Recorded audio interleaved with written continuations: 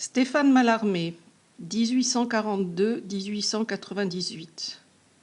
Poète français de la seconde partie du XIXe siècle, il est un représentant du mouvement symboliste, avant-coureur des poètes du siècle suivant.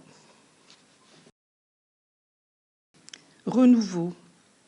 Le printemps maladif a chassé tristement l'hiver, saison de l'art serein, l'hiver lucide. Et dans mon être à qui le sang morne préside, l'impuissance s'étire en un long bâillement. Des crépuscules blancs tiédissent sous mon crâne qu'un cercle de fer serre ainsi qu'un vieux tombeau. Et, triste, j'erre après un rêve vague et beau, par les champs où la sève immense se pavane.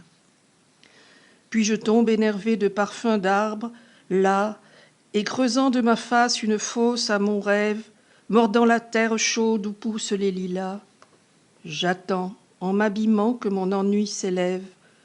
Cependant, l'azur rit sur la haie et l'éveil de tant d'oiseaux en fleurs gazouillant au soleil. L'enfant prodigue. Chez celle dont l'amour est une orange sèche, qui garde un vieux parfum sans le nectar vermeil, j'ai cherché l'infini qui fait que l'homme pêche, et n'ai trouvé qu'un gouffre ennemi du sommeil. L'infini, rêve fier qui berce dans sa houle les astres et les cœurs ainsi qu'un sable fin, un gouffre hérissé d'âpres ronces où roule un fétide torrent de phares mêlés de vin. Ô la mystique, ô la sanglante, ô l'amoureuse, folle d'odeur de cierge et d'encens, qui ne sut quel démon te tordait le soir où, douloureuse, tu léchas un tableau du 5 heures de Jésus. Tes genoux qu'ont durcis les oraisons rêveuses, je les baise, et tes pieds qui calmeraient la mer. Je veux plonger ma tête en tes cuisses nerveuses et pleurer mon erreur sous ton cilice amer.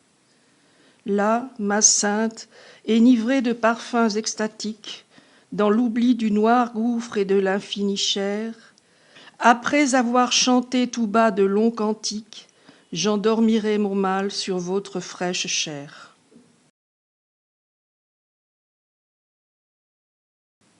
L'azur.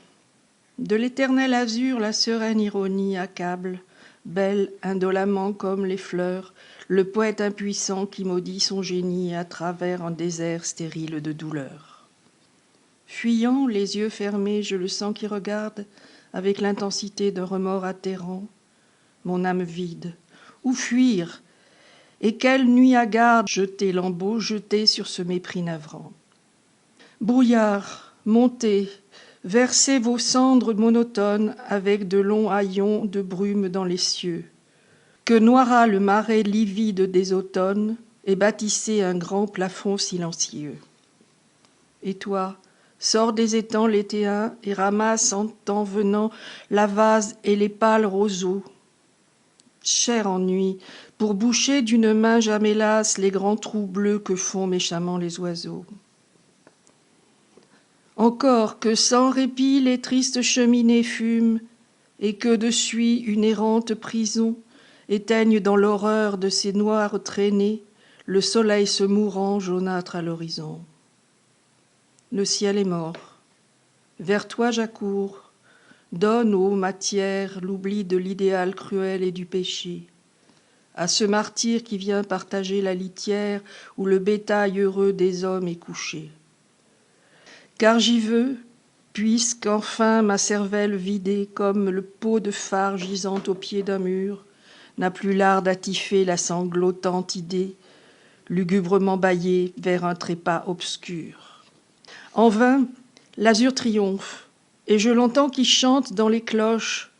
Mon âme, il se fait voir pour plus nous faire peur avec sa victoire méchante, et du métal vivant sort en bleus angélus. Il roule par la brume, ancien, et traverse ta native agonie ainsi qu'un glaive sûr.